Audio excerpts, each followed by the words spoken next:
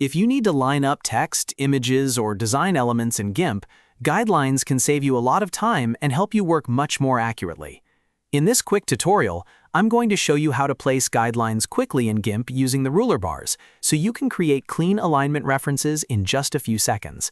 If this video helps, make sure to hit the like button and subscribe for more easy software tutorials. Let's get started. First, open GIMP and make sure your image or project is loaded on the canvas. You'll notice rulers along the top and left side of the workspace. These rulers are what you'll use to create your guidelines.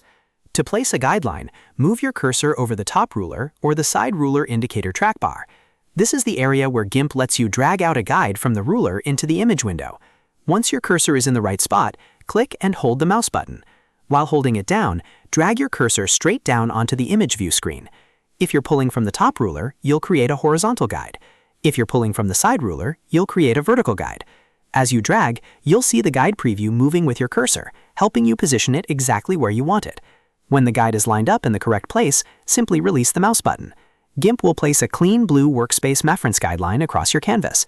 This blue line is incredibly useful for aligning objects, keeping spacing consistent, and making sure your layout looks professional and balanced. You can repeat this process as many times as you need to add more guides around your design. If you ever need to adjust your workflow, just drag additional guidelines from the rulers the same way. And that's it. You now know how to place guidelines quickly in GIMP.